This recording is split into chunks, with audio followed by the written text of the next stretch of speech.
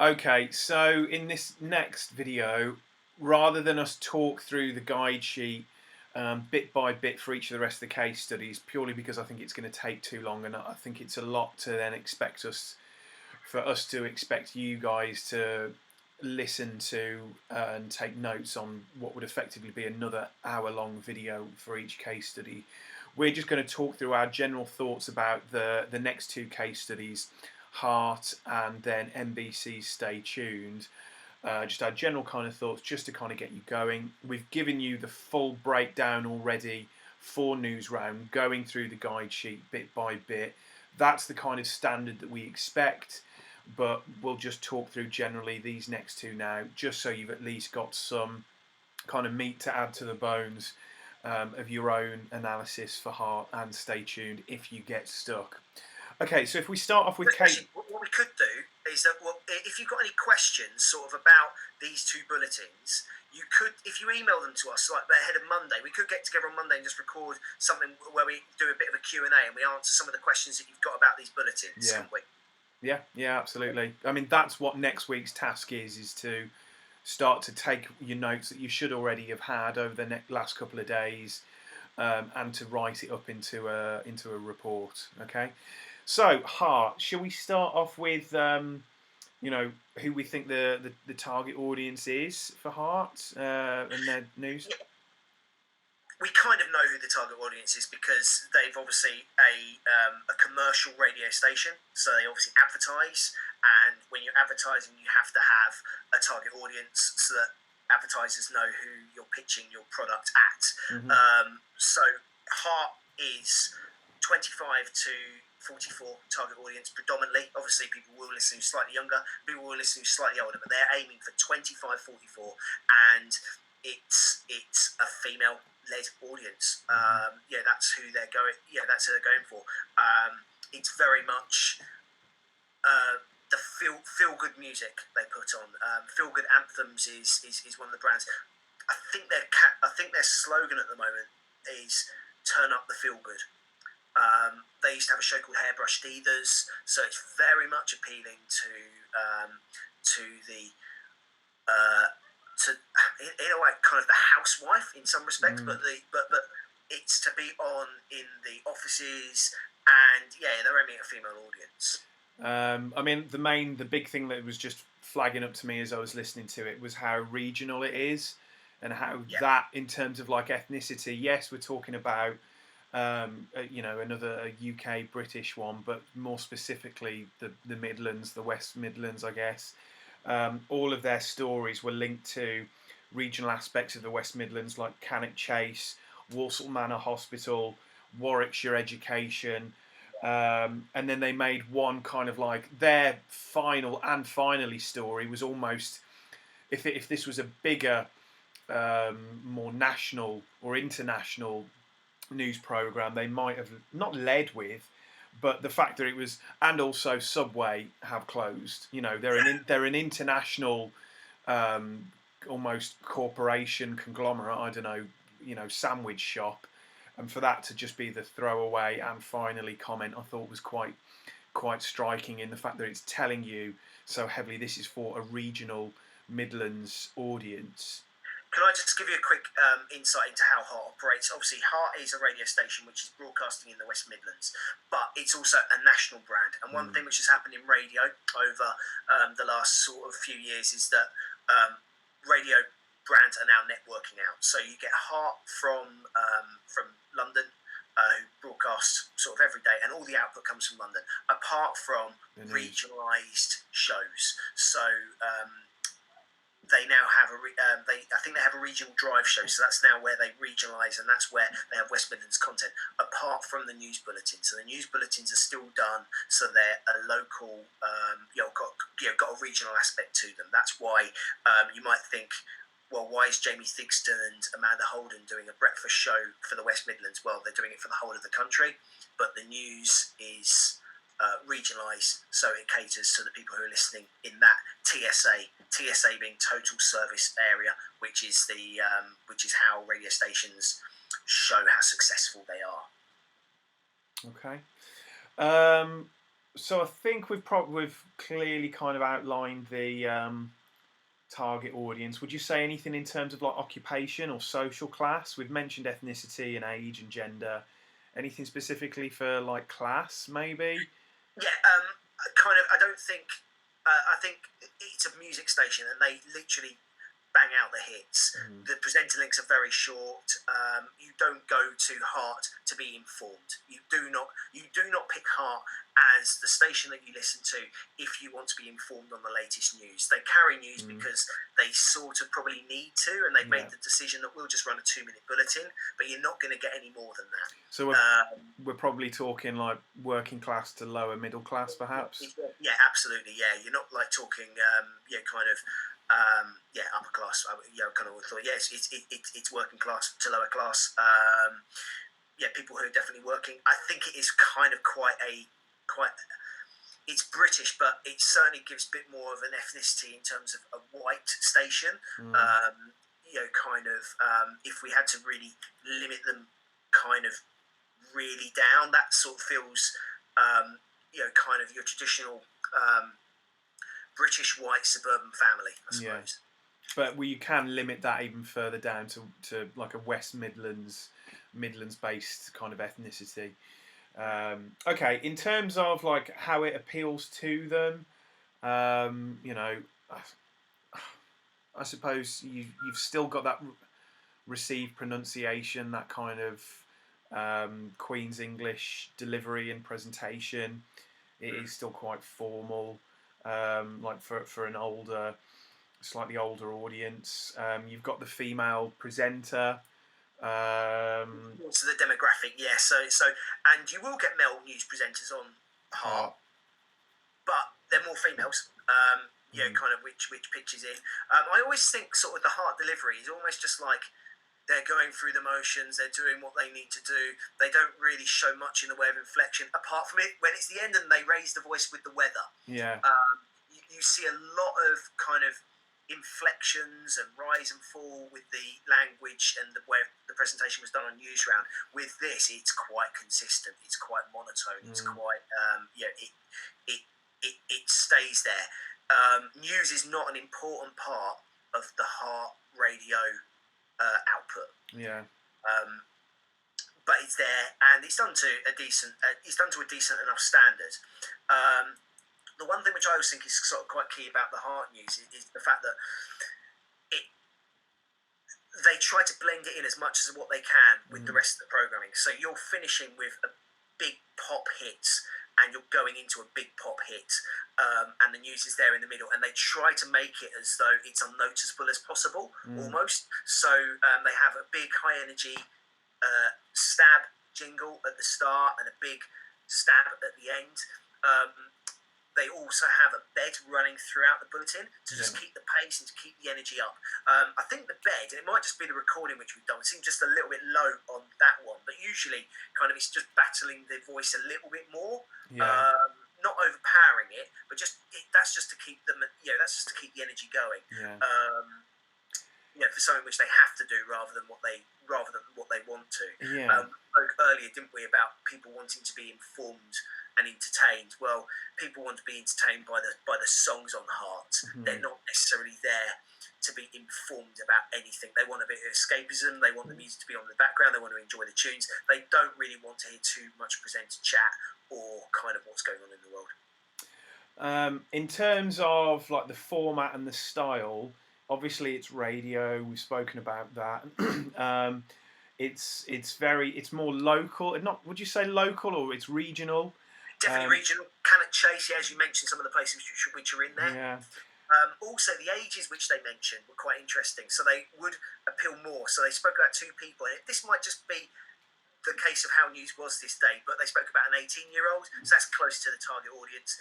A lot of people in the Heart target audience will probably have 18-year-old kids. Yeah.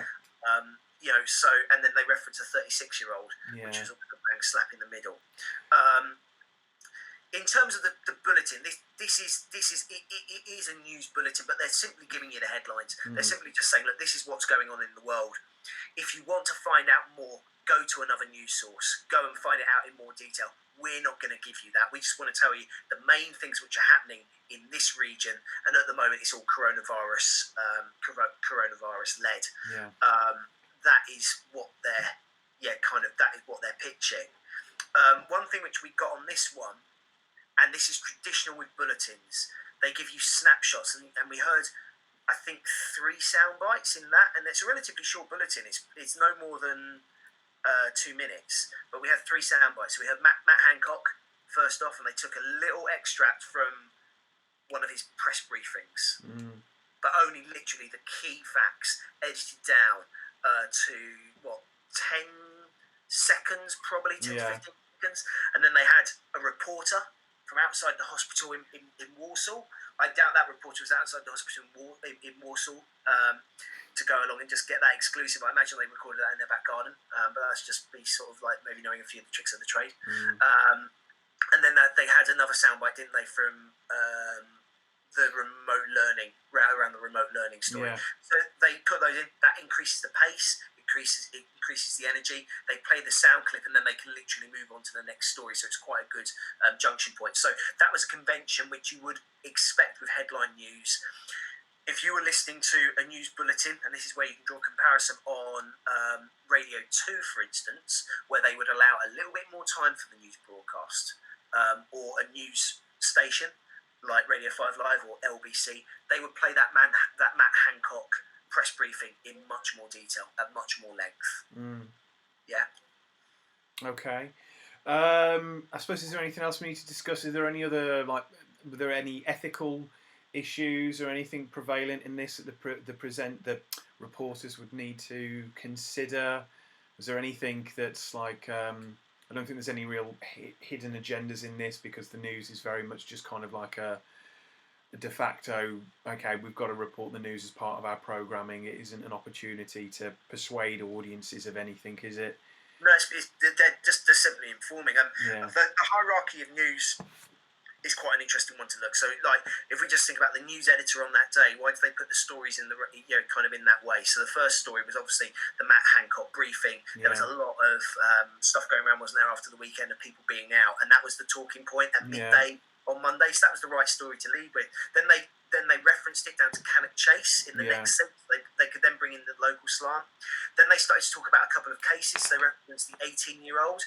I think they brought that story in for a little bit of, this is actually, possibly that inclusion is just creating sensationalism a little bit, just trying to get people a bit more worried in the fact of it's previously been people who've been older with underlying health conditions dying, and now an 18-year-old has. But obviously they are also at the same time just reporting the stories. Yeah. But then they're bringing it down to the 36-year-old working in Walsall, so they're then covering local stories. Then they sort of go down to Warwickshire Police, and possibly the remote learning. I would think it was the first day on which it was on. We're 3 hours into it. They left remote learning to the last, or to the penultimate story. Subway was bottom. The remote learning could have, I could argue, maybe come a little bit higher up that news agenda, the news hierarchy on that day, only because it would appeal to a lot of mums or a lot of households at home who would have their kids at home for the first time. Yeah. And that would have been maybe kind of a bit more time. But then also at the same time, people are thinking, well, I've got my kids at home. The last thing that they're doing is maybe listening to Heart in the way that they would have had the kids not been at home. So that's one which I might have just said actually could have had a little bit more kind of weight up there. You could actually argue they could have led with that story in some respects because of the relevance to the target audience. Sure. Okay, shall we move on to Stay Tuned, NBC? Yeah, I think so. As I said, if you've got any questions sort of about that, drop them on an email to us, and we'll try and do a little Q&A where we're picking out specific points if you've got them. Yeah.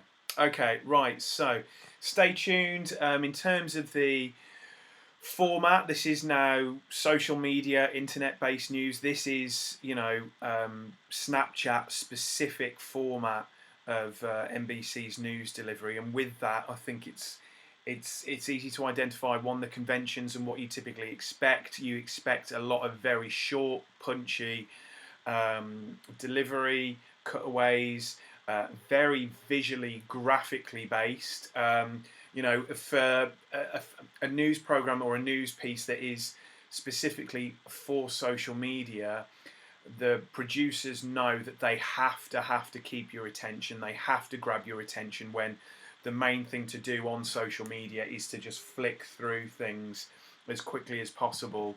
In most cases, they've got to grab you and they've got to keep you entertained, and that is why it is so, visually orientated. There's so much graphics and moving animated text and graphics throughout. The presentation, you know, quite relaxed, quite informal. But I think that's the format, isn't it? It's the social media, internet. Yeah, but in a way, that's also the strength of it. Yeah. Because if you get a story which you don't want, and this is the only bulletin that you've gone that actually people would go and find. You're not going to land on this bulletin, are you? You've got to choose to actively go on to channels that you subscribe to and go and watch it. Whereas the other two would, if you're listening to Heart and you're enjoying the music, the news just pops up. So you actively go out your way to watch this, but it's the flicking through. If there's a story that you don't like, and this actually is a bit more relevant when we're on a non-coronavirus news sort of period. If a story comes up, you could skip through it and still watch the bulletin. Yeah. So I think that aspect is something which the other news channels can't do. The chapter part of it. In terms of target audience, again, the platform I think speaks volumes. It is based on Snapchat. It is aimed at a younger target audience. NBC will, I think are they a PSB in America? Are they, or they are? I'm not sure if they are a public service broadcaster, but they will. Yeah, I think they are, but just Google that. Check that over. They will cater to adults in their main news programming, delivery, which will be TV based. But this Stay Tuned is specifically aimed at a slightly younger target audience, late teens to early 20s perhaps. Gender. Yeah, I think we chatted last year when we did it and kind of worked out probably about 18 to 25. Yeah. Would be the pitch. It's almost just like bridging that gap. It's almost like your first kind of steps into the world of news consumption. In a way, and I think they do it pretty well. To be fair. And I think that is really evident in the choice of story and the main story in this bulletin being about, yes, coronavirus, but more specifically about people's mental health during self-isolation. Mental health is obviously a big topic, but it more so for younger generations than older ones. There's a lot of consumer generated content in this, a lot of interviews and presentation and stuff done over the phone, lots of stock images in the piece. It's I wouldn't say it's haphazardly put together, but it is has lower production qualities in terms of the camera work and the recording. About getting it out there as quickly as possible and producing these packages as quickly as possible for social media. When I was recording it the other day, because I recorded it off my phone like as a screen grab, I was thinking the quality's pretty poor, and I just thought it might just be me because if someone burps, you can pick it up, for instance. But actually, the quality of that bulletin wasn't exactly great because he's doing it from his home. But they're still getting the service, still getting the service out there. I think where it works quite well is that they are covering coronavirus with a different slant. So the mental health aspect I think is really cool and really relevant for the target audience. I think they have nailed the target audience. The presenters who they have on that are kind of people who I think someone in that target audience would look to and think, you're okay. You're not preaching. You're here to inform me. You're quite cool. You're quite likable. I'll listen to what you've got to say. You're not like a stiff in a suit kind of thing. And the way how they pitch that is quite chummy, but there's also got an air of authority. You know, they're not like jokers. You know that they are seasoned broadcasters who know the news ethics and what is required for them as informants of news. Yeah, it is obviously available to us in the UK. However, the reporting seemed quite national. It was very USA orientated and based. And although, yes, mental health is applicable to everyone's social distancing across the globe at the moment, the rest of the reports that they were discussing was about US school closures, the amount of students that are out in US schools and US people affected by the coronavirus. So I think he's more of a national program. They had the NBA, didn't they? Basketball player on as well, Yeah. kind of to focus on that. However, the one which we looked at last year was quite actually led with a British story, which is quite interesting. So I do think that with this format, because it's never instant, so obviously we could turn on BBC News channel or Sky News now and hear the latest as we record this at 12:08 on the 25th of March, Yeah.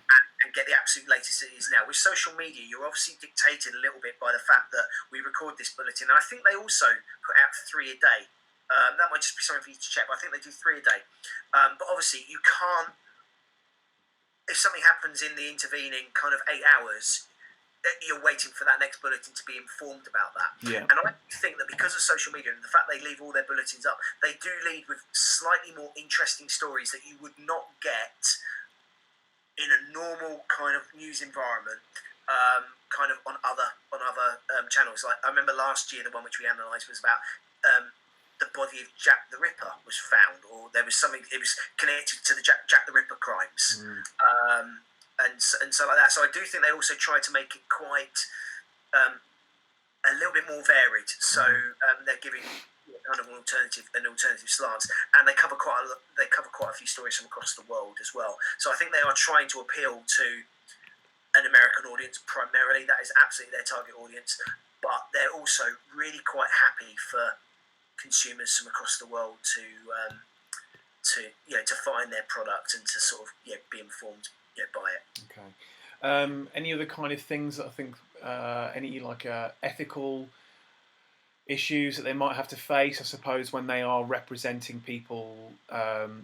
People have provided and obviously sent in videos themselves on how they're dealing with their mental health during social isolation. The way they cut that together and piece that together into the piece, I suppose you've got to be quite careful in terms of how you're representing those people within that story on mental health.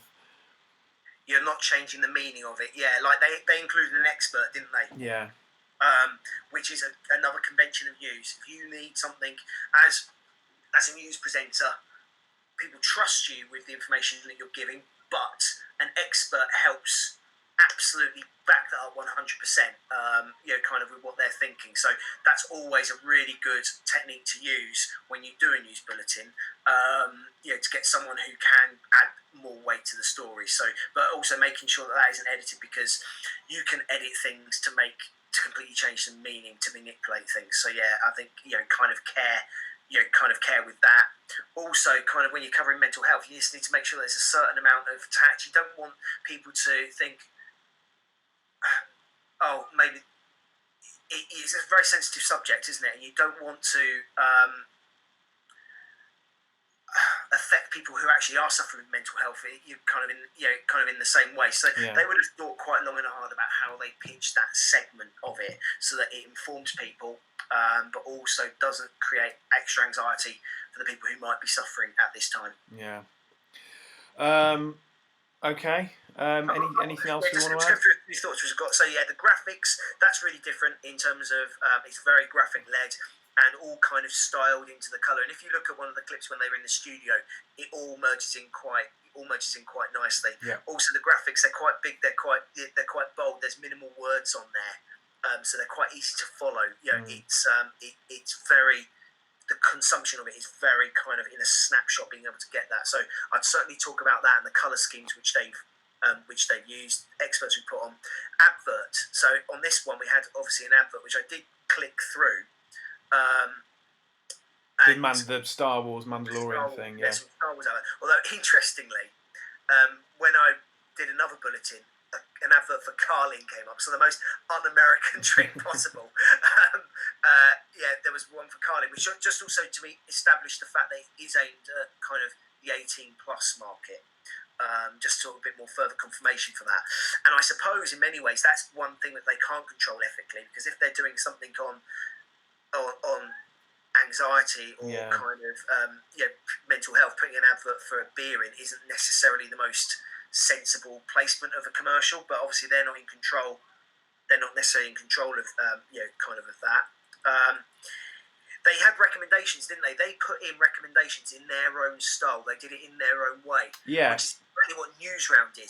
Yeah. And you can look at the language, you can look at how they did that, how they posed the difference. That would be quite a good comparison to do between the two platforms. They both contain the same kind of story or the same kind of feature. Yeah, it would be that would be classed as a feature. The same kind of feature. But how did they do it for young adults compared to young children? Yeah. I mean, just the fact that they're making recommendations and they are suggesting and they're advising tells you it's a little bit more relaxed as a news piece, doesn't it? You know, you're not going to get something like that on BBC or Sky News 6 o'clock. On TV, they can be a little bit more relaxed in their news practices and not as traditional in that way. Yeah, that's probably a good point worth mentioning.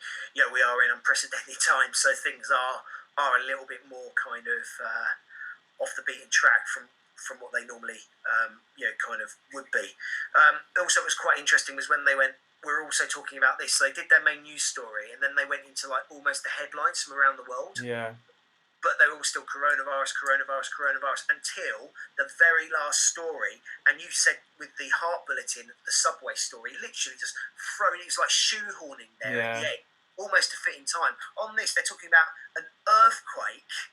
Do you know what I mean? Like an earthquake, which would normally lead many news broadcasts. And it was putting a throwaway comment just at the end. Yeah. And that sort of shows you how the news agenda's going. Now, if they decided to include that, I suppose I don't know about the severity of it. I haven't heard kind of how grand that was. But the news editors obviously made the decision that all anyone's bothered about at the moment is the coronavirus, which, to be honest, I think if I look at myself, the only news bulletin that I'm looking at the moment in time is coronavirus stories. I don't go onto BBC Sport hardly at all at the moment because there's nothing to look at. Yeah. But am I interested in other stuff going on in the world? Probably not. So they probably called it right, actually. Yeah. But that's quite interesting. Right. I think unless we've got anything else to add, I think that's our general just kind of findings on the two pieces. Yeah. Yeah. Do you just want to scroll down the guide sheet, just sort of see if there's any things which just stand out, which we haven't sort of. I thought we'd sort of done most things. If I go back down to KC2, so we've spoken about. Why the stories were chosen. Again, it's mainly just due to public interest or the target audience themselves, like when we mentioned about mental health. Hierarchy of information, everything is just coronavirus. But like we mentioned with Heart News, they chose to do the whole international subway closing right at the end because of the regionality of it. Why do you believe the news is structured to appeal to the audience, like we said, the regionality and other things, ethical considerations we've spoken about. And again, I don't really think that there's anything untowards or anything that's kind of subliminally included in this. We're in unprecedented times where news reporters are either, advising to either stay safe or to look after themselves, or it's about keeping calm. You might have a little bit of sensationalism here and there, but I don't really think there was much here for that. No, I think it was quite. Yeah, no, I think, to be honest, the bulletins which we've done have ticked the boxes for what people would expect from each of those bulletins in the styles which are around. We know them quite well now. We've sort of kind of looked at these ones for like the last 3 years, and we keep on picking the same ones because they work quite well in the fact that they're quite good to analyse. There's quite a lot for you to be able to write and sort of dig into. Yeah. And there was nothing in any of those where I'm thinking, oh, that was a bit weird, and that was the sort of strange way to do it. So what I recommend is that you go and you don't just listen to the ones which we've done of those. I just tune in and just check out a Heart News bulletin at any random hour, just see what they're doing. Stay Tuned is on the Snapchat, so go and have a look at that. We've also on the PowerPoint you'll see some of the older episodes from like last year, so you'll see what it's like in the studio setting and when they're covering news stories. And then also just try and find when you're doing the analysis a couple of ones that you can compare. So try and find another radio news program that you can just make comparisons to. So maybe comparing to something like Radio 4's News at 1. That is such a formal news bulletin aimed at 45 audience plus. You'll find so much difference that you can compare, or just make a couple of observations. It's just drawing in that art of you are analysing the Heart News, but you might go, this would be very different to the news on Radio 4 where they do this or they do that. It's just making those reference points. And then on Snapchat, Sky News do a Snapchat filter now, but it's read. You read it, so it's really sort of cutting the stories down so that people can read it onto the what's it? Is it 10 seconds you get on Snapchat? To read, to kind of read the story before you go on. Yeah. So there are news sources out. It's just drawing or finding just a few comparisons we'll be looking for throughout. Okay, like Mr. Wood said, just email us if you have any questions, and then we might do either just a Q&A, or we might just do another post with things to be getting on with. But for the rest of this week, it's stay safe, compile your notes until Friday, and then next week it's about writing up your report, and then we expect those to be in for not this Friday but next Friday, just before Easter. Okay, there we go, guys. Thanks very much. Look after yourselves.